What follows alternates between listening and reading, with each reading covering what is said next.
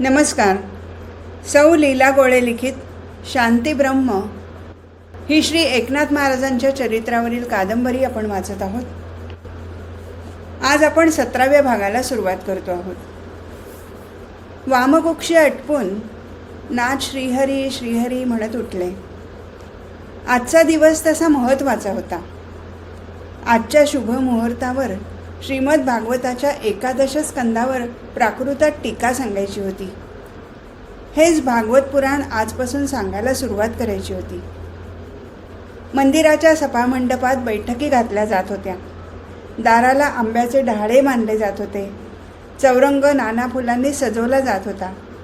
ग्रंथपूजेसाठी पूजा साहित्याची जुळवाजुळव चालू होती. सभामंडपात आंब्याची तोरणे बांधली जात होती.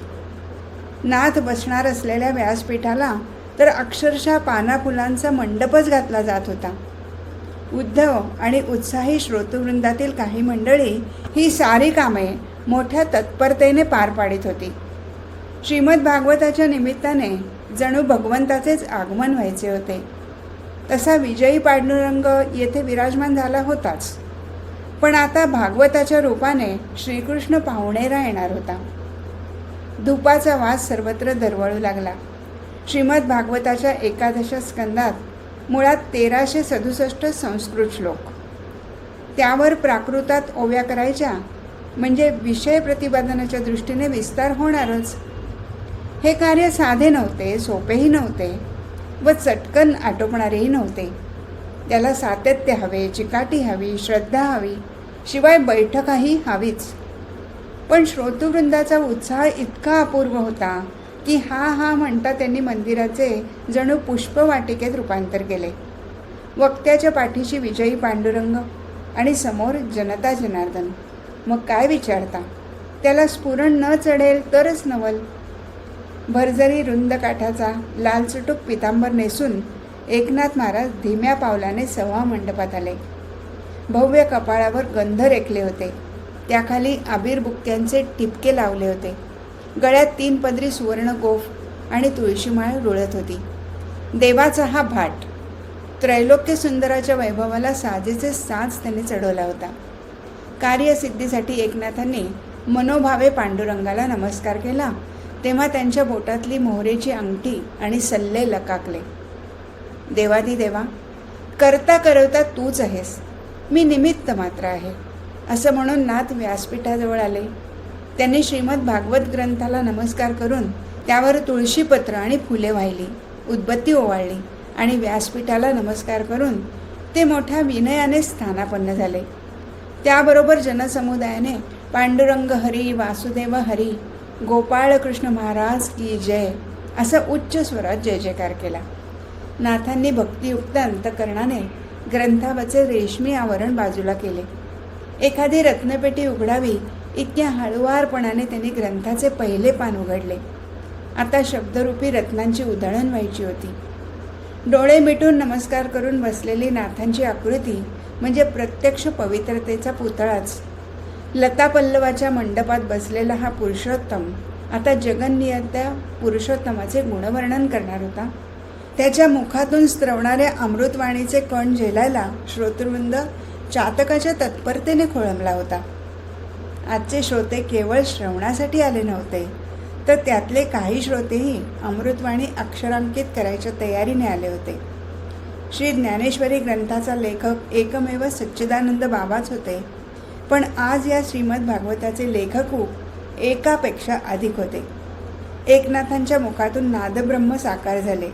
श्री गणाधिपतये नमः, श्री सरस्वत्यै नमः, श्री गुरुभ्यो नमः, ओम नमो श्री जनार्दना, नाही भव अभव भावना, न देखोनी मी तूपणा, नमन श्रीचरणा सद्गुरुराया. सभामंडपातल्या महाद्वारातून एक अनोळखी व्यक्ती आत आली व त्याबरोबर गंध सुगंधाचा दरवळ आसमंतात पसरला. म्हणून लोकांनी झटकन महाद्वाराकडे पाहिले तर तेजाने प्रवेश करावा असा सर्वांना भास झाला. 20-22चा सुदृढ बांध्याचा एक तरुण आत आला. त्याचा वर्ण सावळा पण अंगकांती तेजस्वी होती. त्याचे काळेभोर टपोरे भावस्पर्शी डोळे म्हणजे जणू उमललेली 2 कृष्णकमळेच. गुडघ्यापर्यंत नेसलेले धोतर ढगळ सैल अंगरखा, डोक्यावर कान झाकणारी लाल कानटोपी असा त्याचा बावळा वेश होता. त्याच्या मळक्या पोशाखावरून आणि आगळ्या वेगळ्या वेशावरून तो इकडच्या प्रांतातला नसावा, तो फार लांबून आलेला असावा असे सर्वांना वाटले. आत आलेला तो नवयुवक श्रोत्यांच्या मधल्या पायवटेवरून थेट पुढे आला आणि नाथांच्या डाव्या हाताला असलेल्या खांबाला टेकून बसला. आपलेच गुडघे त्याने हाताच्या मिठीने घेतले होते. गुडघ्यावर हानगुटी टेकवली होती. तो नाथांकडे एकटक पाहत बसला आणि पाहता पाहता श्रवणात तल्लीन झाला. पुराण संपलं, आरती झाली. आजचा पुराण कथनातला रंग काही वेगळाच होता. नाथांच्या वाणीतली प्रासादिकता अधिक पवित्र वाटत होती. चला, सुरुवात तर छान झाली, जो तो समाधानाने म्हणत होता. उद्धवाने मागल्या आवरावरीला सुरुवात केली. श्रोतृमंडळी केव्हाच निघून गेली होती. नाथ पितांबर बदलून धोतर नेसायला आत गेले. आता सभामंडपात फक्त एकमेव व्यक्ती अंग चोरून तशीच बसली होती. नाथांना सभामंडपात आलेलं पाहताच अनोळखी तरुण उठून उभा राहिला. त्याने नाथांना नमस्कार केला. नाथ जानवेसारखे करीत म्हणाले, बाळ, कोण तू? कुठून आलास? तो अत्यंत नम्रतेने म्हणाला, मी फार लांबून गुर्जर प्रांतातून आलो आहे. म्हणजे द्वारका सोमनाथच्या बाजूने का? तीर्थाटनाला वगैरे निघाला आहेस का? नाथांना आपले तरुण वयातले केलेले तीर्थाटन आठवले. नाही, तीर्थाटन वगैरे काही नाही. मी इथेच आपल्याकडेच राहायचा विचार करून आलो आहे. मी द्वारकेचाच आहे, पण आपली कीर्ती ऐकली म्हणून येथवर आलो. मी राहू ना इथे? आपली अनुमती आहे ना? तो नम्रपणे म्हणाला. त्याच्या बोलण्यात इतकं लाघव, इतकं प्रेम होतं की त्याने सारखं बोलतच राहावं असं वाटत होतं. कीर्ती आणि माझी? पण ती कशासाठी?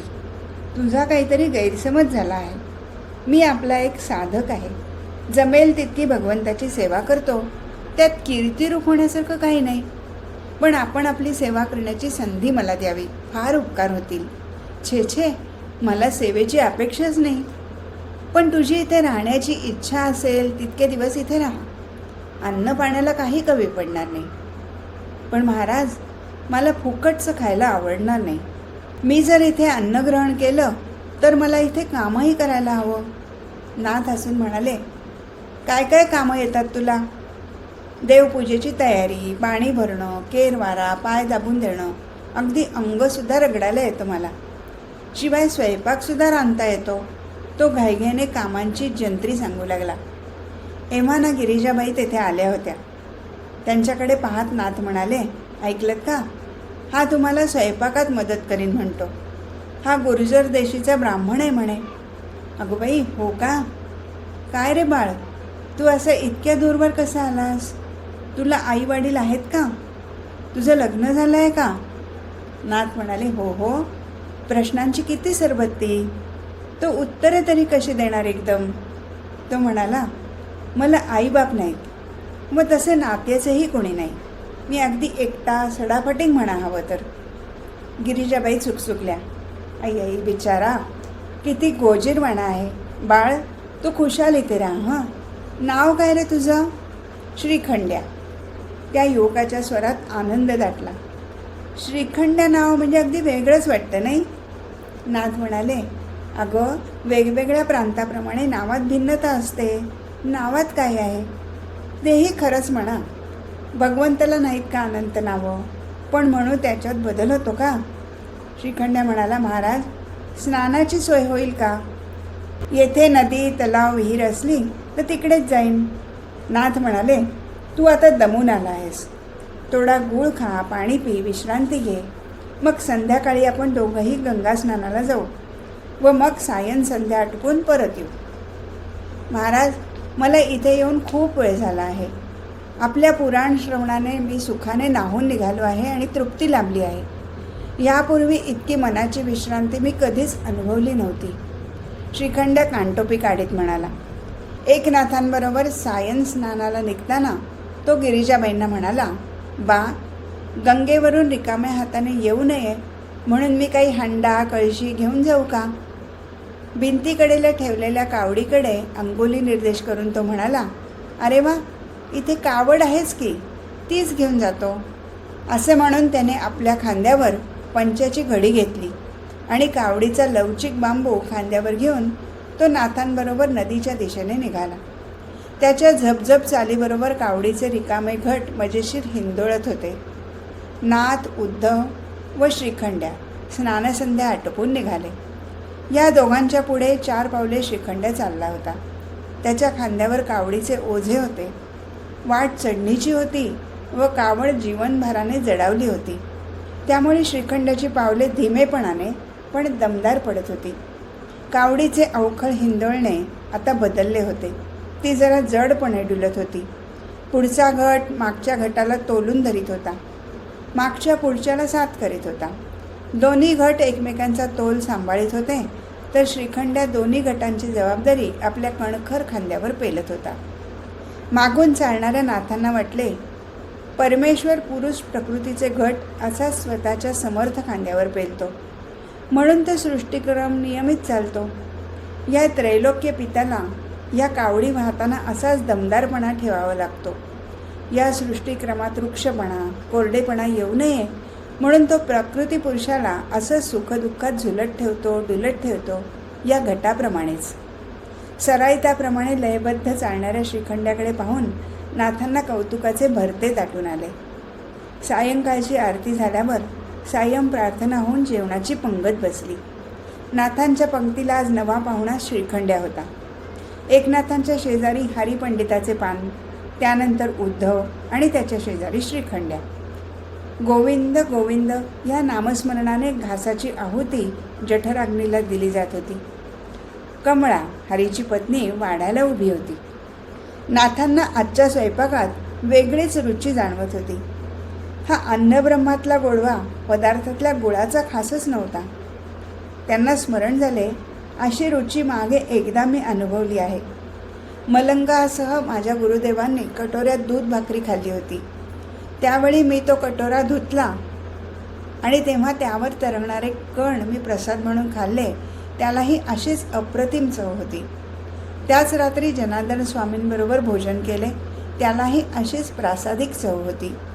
नाथांनी श्रीखंड्याकडे नजर टाकली. श्रीखंड्या स्निग्ध नजरेने नाथांकडेच पाहत होता.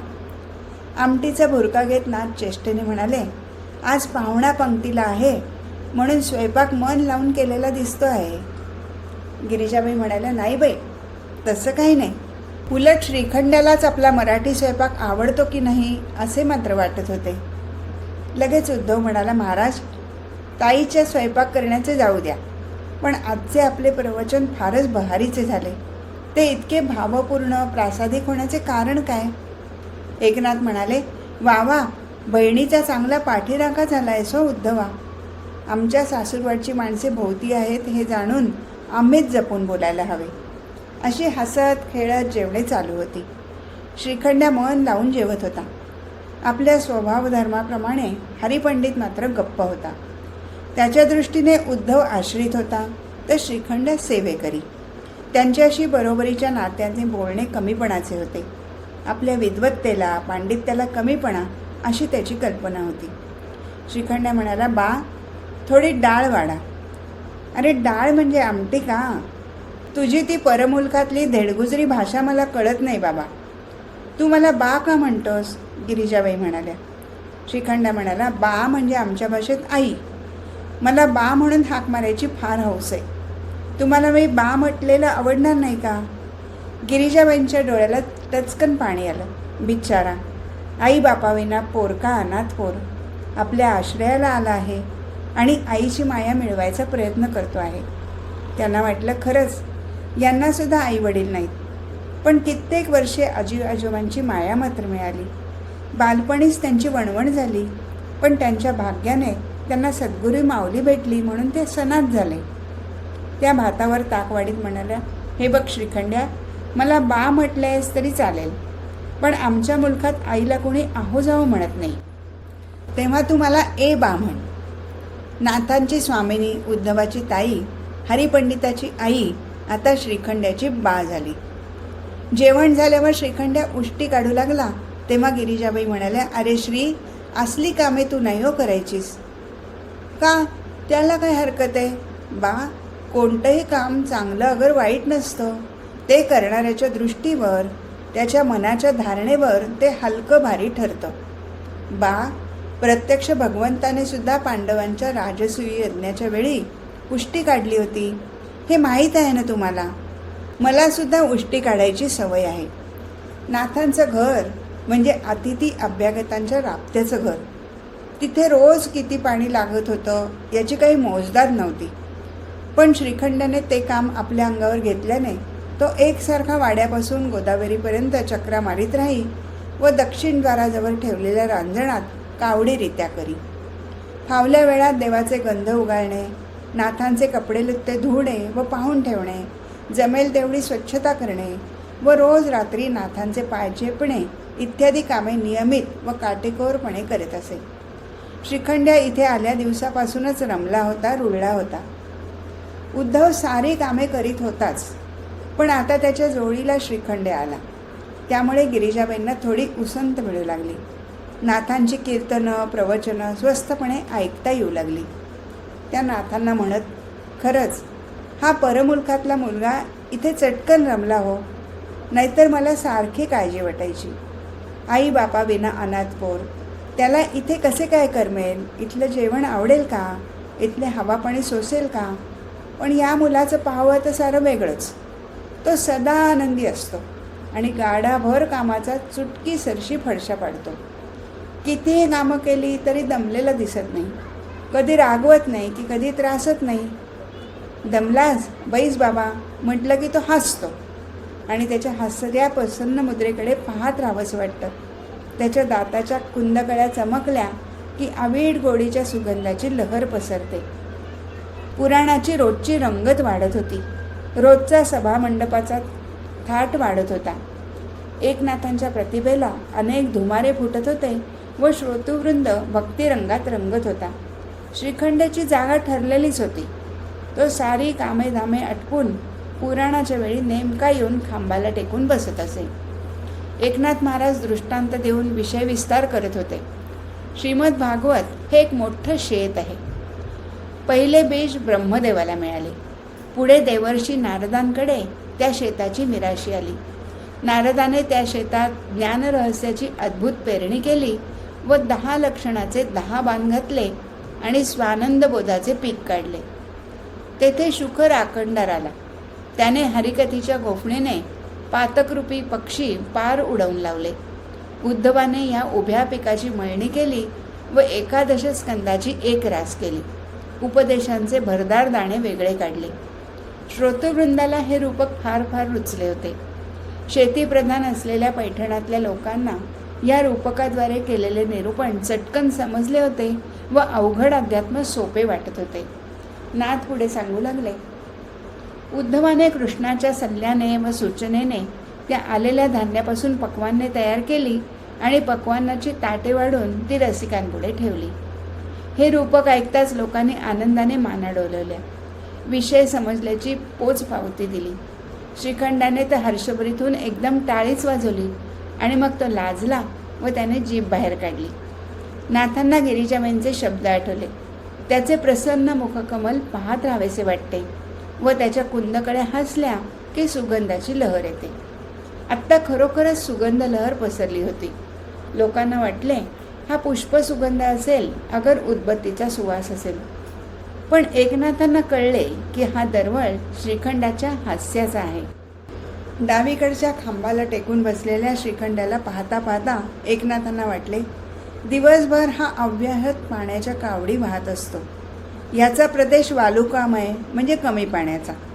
आपल्या गोदावरीचे उदंड जल पाहून हा हुरळला तर नसेल, म्हणून तर आपला सारखा पाणी वाहत असेल. बिचारा दमतो, पण प्रवचन ऐकण्यात आळस करीत नाही. सारे काही नवलाचे आहे. दिवसेंदिवस प्रवचनातला भक्तिरस वाढत होता व तो थपथपून ठिपकत होता. नाथांना वाटायचं ही किमया त्या महान ग्रंथाची आहे, त्यातल्या अगाध ज्ञानाची आहे. यात माझे कर्तृत्व काहीच नाही. तरी पण त्यांना वाटायचं विषय प्रतिपादन करताना मी सर्वांगाने मोहरून जातो. विविध उपमा उत्प्रेक्षा सुचतात, सुंदर रूपकं समोर उभी ठाकतात व विषय सोपा होतो. भक्तिरसाची आवीड गोडी परतत्वाला स्पर्श करून आल्यासारखी वाटते. खरंच प्रत्यक्ष परमात्मा तर कोणत्या तरी रूपाने येथे श्रवणास येत नसेल ना. त्यांचे लक्ष सहजच डावीकडे गेले तर श्रीखंड्याची स्निग्ध नजर त्यांच्यावरच खिळली होती. त्यात अनाकलनीय भाव होते. वृक्षावरच पक्व झालेल्या रसरशीत आम्रफलातून रस टिपकावा तसा प्रवचनरूपी आम्रफलातून भक्तिरस ठिपकत राहायचा. रसास्वाद हे खरं म्हणजे रसनेचं कार्य, पण रसनेचं कार्य जणू कर्णांनी स्वीकारले. कानात शिरलेला प्रत्येक शब्द अवीट गोडी घेऊन हृदयात प्रवेश करायचा आणि त्यामुळे मन तृप्त व्हायचे. प्रवचन काळातला एक क्षणही इतर सांसारिक विवंचनेत व्यतीत होत नव्हता, तर तो ईश्वरचरणी समर्पित होत होता. श्रोतृवृंद दिन प्रतिदिन तृप्ततेचा अनुभव घेत होता. आज प्रवचनाची वेळ केव्हा संपली हे श्रोत्यांना कळत नसे, पण उद्या केव्हा एकदा भागवत श्रवणाची वेळ येऊन ठेपते अशी हुरहुर मनी घेऊन मंडळी घरोघरी परतायची. हे प्रकरण इथेच संपलं. हरिओम तत्सत.